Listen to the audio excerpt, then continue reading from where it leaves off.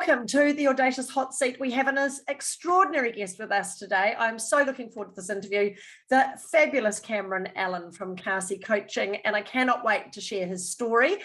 Before we get started though, Cameron, give us a bit of a background. Where are you from and what do you do? Well, thank you for having me, by the way. It's an honor to be here. I'm actually from Kalgoorlie. That's where I'm physically from. I grew up in Kalgoorlie, which is a small town in Western Australia for people that don't know. And as soon as I finished school, I broke out of there and I went to the big city and started traveling around the world because I was like, surely there's more to life than this.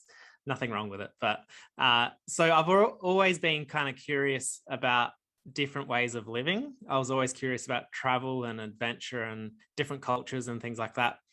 And then I started helping people in developing countries at a sort of volunteer basis.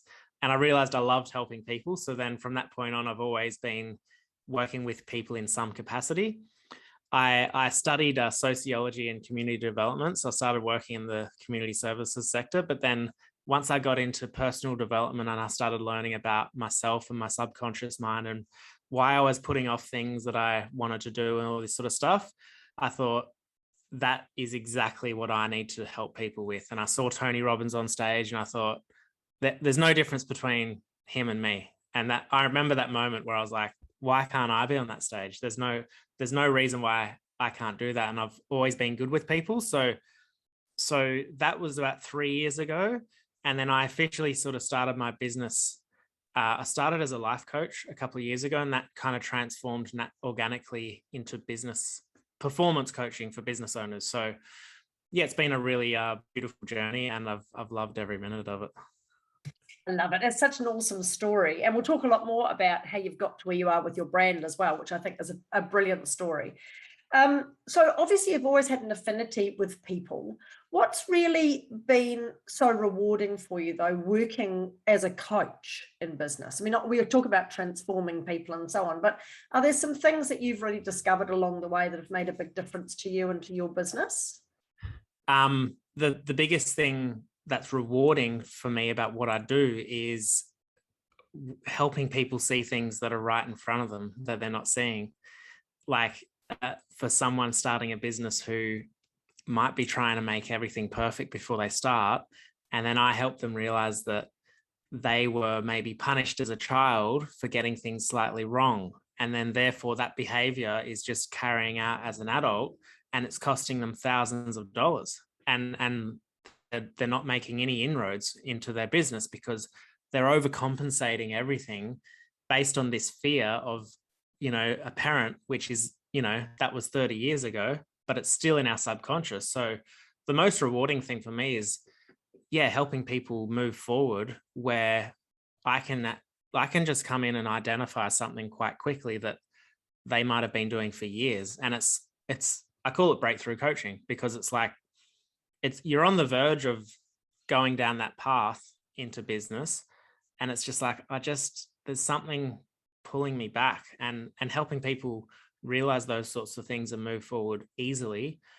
I've helped people go from, earning $40 an hour to making 20 grand a month in business because it was just right there in front of them, but there was just that little thing holding them back within their mind. And I'm sure everyone listening has had an experience of that where you've realized something and then you've just moved forward with ease, and all of these results just came flooding to you. So it's just super, super rewarding doing that sort of stuff. Yeah, I love it. There is that fabulous luxury that we have as coaches, isn't it? To be able to stand outside of somebody's world and look in, that separation that we have. But what I love about what you do, Cameron, is the speed at which you get those results, which I've seen happen with people is just phenomenal. So obviously it's a big challenge. Mindset and self-belief and overcoming these things personally is always a big challenge for people. But what's been one of your biggest challenges in business? In business, my biggest challenge, there's always two sides of this question, which is one is strategy and one is mindset. And I think too many people focus only on strategy, and it's actually 80 to 90% of the magic happens within your mind. But for me personally, the biggest challenge for me as a coach was niching. That strategy wise, it was like people, and I know I work with people now who are scared to niche. They're scared to like narrow down because other people might miss out. And what about my cousin's friend who needs this, health coaching when I'm going to go down this path? People have a scarcity mindset, and I had the same. So I battled with that for so long, and that probably held me back for 6 months or so. So that was a huge challenge. And once I realized that my power lies in performance coaching for business owners, everything changed. So that was a huge challenge for me. As far as mindset, I was telling my mastermind the other night that when I first started doing videos on Facebook, the first video I did 20 takes, and there was nothing wrong with any of those takes except for my stories in my mind of how it wasn't quite right, and what if my old friend from school saw it, or what are they going to think, all this sort of stuff. And so little things like that along the way, when I think back, I think, wow, if I can just help people overcome one of those things, one of those barriers, whether it's procrastination or self-doubt or overwhelm, it can change so much. Like getting those breakthroughs can be transformational, not just in business, but in life as well. So yeah, I had many old stories that I used to run in my head, and they would really contradict. And this is what I teach. We'll get into this in a bit, but like we've got intentions, and then we've got stories. Usually our old stories contradict our intentions. So we end up feeling stuck and paranoid and like, oh, should I take? And people struggle to make decisions and all sorts of stuff because the old stories playing out don't match those intentions of who we think we are. And we just, a lot of people stay stuck. And that's why the mindset's so powerful. Yeah, absolutely. And in business and entrepreneurship, definitely, it's one of those things that holds so many people back. But also, Cameron, you quit your day job to do this as well. And I mean, you've got a family to support, and you've got all these responsibilities, that's a big step. And I know a lot of people who might be listening are either thinking of doing that or have done it, and they're going, how am I going to sustain this? Yeah. Any ideas and tips for people who maybe are in that situation where they've got to make that? Maybe it's even just choosing a niche and going, right, I have to put a line in the sand. How did you do that? Yeah, well, understanding that what you need to do is you need to identify the negative consequences within that decision, in every decision. So, because if you don't identify them, then they'll just cause you inner conflict and turmoil that you don't even know why it exists. So at least if you can identify, like, okay, I've got to choose a niche. If you feel like stuck by that decision, you need to identify what the worst case scenario of that is, because there may be some negative emotion linked to that outcome. What if it doesn't work? Okay. What if it doesn't work? Okay. How would I feel? People are going to feel a range of things like guilt and shame. They might feel like they've let their partner down, all this sort of stuff. But at the end of the day, a lot of those feelings are an illusion based on nothing but past experiences. So that's one thing. And the second thing about quitting your job, yeah, that's something I'm super proud of. And my partner doesn't work. So everything's based on my income. And what I would say to people if they're in that position or they're wanting to transition out of their job is, if there's too much negative tension in a job, then you're gonna be desperate. Okay. So it's like, I hate my job. I've got to get out of my job. That job sucks. I don't want to go there another day. You're focusing on your job. That's what you're focusing on. You're not focusing on serving. You're not focusing on giving. You need to become completely neutral to your job, because the negative tension in it actually causes more fear. Like, what if I stay at this job forever? Oh my goodness. Then you're focusing on staying at the job forever. You're not focusing on how you can serve people in your business, how you can give more. The best advice I ever got was when I listened to Jim Rohn, and he said, you've got to get so used to giving and to the point where you love giving more than anything else. And then the receiving will come automatically. But the other thing I'll say is do it at your own pace. You know, some people will say you've got to burn the boats and quit everything and go all in and all this sort of stuff. And I don't think that would have worked for me. I think I would have gotten a bit overwhelmed and worried. And you've got to build things up to a point where you're so certain of yourself and what you can offer the world in your business, that you'll know when the time is right. There's no perfect time, but it's the time where you're comfortable. Yeah, I love it. Everyone's on their own journey, aren't they? I think we all try to compare ourselves to, especially other entrepreneurs, and how well everybody else is doing. And we make these excuses because we can't possibly achieve what other people are doing. And yeah, it's really interesting. I love that. Go at your own pace, decide what your journey is, which is wonderful. Yeah. So you started just recently in business. You've really only just launched your business in the last year or so into what you're doing. What are you most proud of achieving so far? What am I most proud of achieving? One of them would be going full time in my business. That would be something that within a very short period of time. The thing is, it felt like it was taking ages. But if I look back, I'm like, wow, that was pretty impressive. You know, to the point, last month, I'm very proud of the fact that I launched a 12-month mastermind for entrepreneurs building a 6-figure business. And I had 15 people join that, which was unbelievable result, like beyond what I imagined.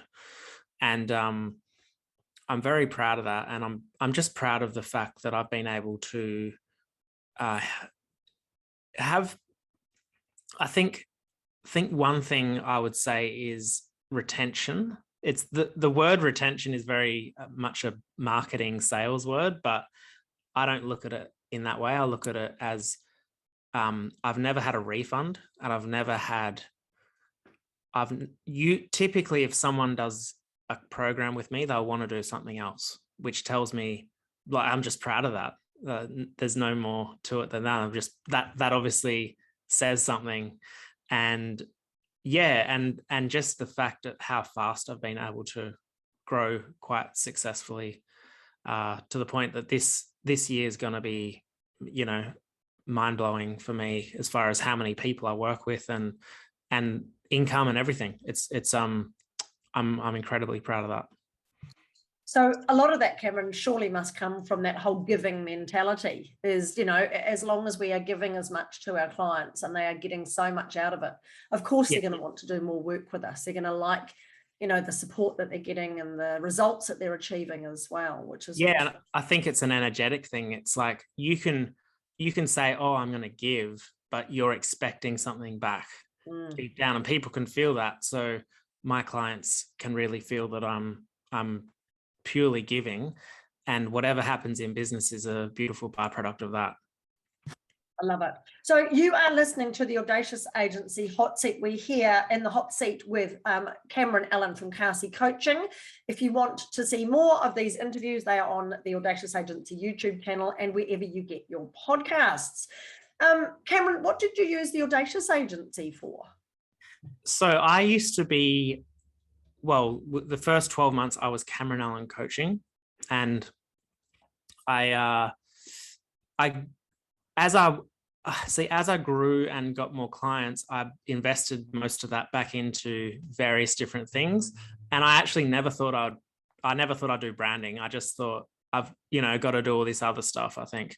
And I was talking to Nick Steiner, one of your business partners, about I had a really good month in business, and he said, just put it all back into branding. I was like, okay, I'll trust you, because I know that he's quite savvy, and he recommended yourself. So I went from Cameron Allen Coaching to Karsi Coaching, which Karsi is a Sanskrit word for ignite the fire within. It is very much in line with what I aspire to help people with, which is showing them what's already within them, because I'm not here to train people or tell them how good they are. They already know how good they are. They just have to remove some some barriers around them to see that again, to remind themselves of that. So yeah, that I went on your 6-week accelerator program. I did the logo through you. I did the branding, the brand story, the brand guide, and it's really helped me immensely. So what's the big difference been between being Cameron Allen Coaching and now Karsi Coaching for you? Yeah, I actually, it's hard to pinpoint this, but even on my bracelet here, it's an anchor bracelet and it's got little messages on it. It's to remind me of a few things. And the first little tab says Karsi, and the second little tab says this movement is bigger than you. And I think changing the name, taking my name out of the name, I felt this expansion happen. It was right around the same time that I registered as a company from a sole trader as well. So it was like those two things together, it's just started to feel a lot bigger, a lot like a movement. And then I think when you invest in your business, in anything, you take things a bit more seriously. Like I've got some Facebook ads running at the moment, and because they're running, I'm like, I've got to, whether I make sales through the Facebook ads or elsewhere, I have to move, otherwise the whole business will get eaten up by these ads. So when you invest in anything, it forces you to move and take action. So I'm a big advocate for investing in yourself and your business, and this was no different. It really just propelled me forward in a much bigger way. I love that. That's such a great message. When you're building a brand, it's bigger than you, which is the whole reason why I love the fact that your brand has moved away from just being about you to being about the impact you can have on the world, which is so awesome. Yeah. So Cameron, if you could go back to when you first started your business and give yourself some advice, what might that be?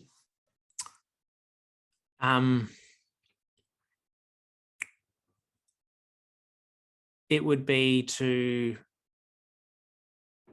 get really clear on your superpower and find the most simple and effective way to connect with people to show them that superpower.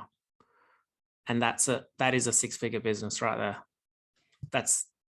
I within all of my courses and programs, what I teach is simplify, because people go so far off into the complicated realm of things that it becomes like, it just becomes complicated, when really all you need to do is have some meaningful conversations with people, especially as a coach. Products are different again, but like at the end of the day, it's really just connecting with people, showing them your value, and going from there. And the best way to do that is to make sure that your superpower is within your business. Yeah. Superpower. Find your superpower. I love it. To infinity and beyond. That's brilliant. So any last minute tips, Cameron, for, obviously if people want to know more about Karsi Coaching, about your programs, which sound amazing, there will be a link at the end of this interview that people can find out more and go and find out more about Cameron's amazing programs and masterminds. But are there any last minute tips that you'd like to give listeners to maybe help them with their mindset, especially if they're wanting to grow a bigger business than where they are right now? Yeah, so I think I would, if I were, just for the people listening, if you can write down a list of all the actions that you have to take within your business, and then identify and circle the ones that you feel a bit icky by. It might be sales, it might be doing videos like I was talking about before, it might be having conversations with people, it might be people saying no, and circle those, and then write a list of the emotions that you feel around those actions. Like if I do a video and someone judges me, what's the emotion around that? Is it shame or embarrassment, etc.? And then ask yourself, when did I decide that was real? And really question that, because if you can identify these things and take a moment to reflect on them, often we're seeing, like right now, everyone is seeing the world through a lens, and that lens has filters. Your filters, Lauren, are different to mine because I've had a different upbringing to you. And the only reason you're getting different results to me is because I've got different filters. So this is all I teach in my 6-week program, Ignite, to make your next $10,000 in business. It's all about changing those filters, because that's all it is. We're all living in the same world. We just have different filters in our lens. So if you can do what I just said, you're going to start to see some of the things that you're seeing that other people aren't even seeing. So what you want to do is really criticize and question those beliefs, those emotions, those things you're putting off. Because if you can do that now, you're way better off, because otherwise you're just going to get a year down the track and realize you've been putting that action step to the bottom of your to-do list for a year. You know, that's what people do. Blows me away. But I think that's a useful tip. Yeah, absolutely. I love it. So, Cameron, you've lit some fires within us listening to this podcast today. You've certainly ignited our inspiration to do more, to be more, and to see what could happen if we just looked at things with a different filter. If you are listening to the podcast, you want to know more about what Cameron does, please contact him. Karsi Coaching, you'll find the link at the bottom of the interview. And thank you so much, Cameron, for being in the hot seat today. It's been an absolute pleasure to catch up with you. No worries at all. Thank you.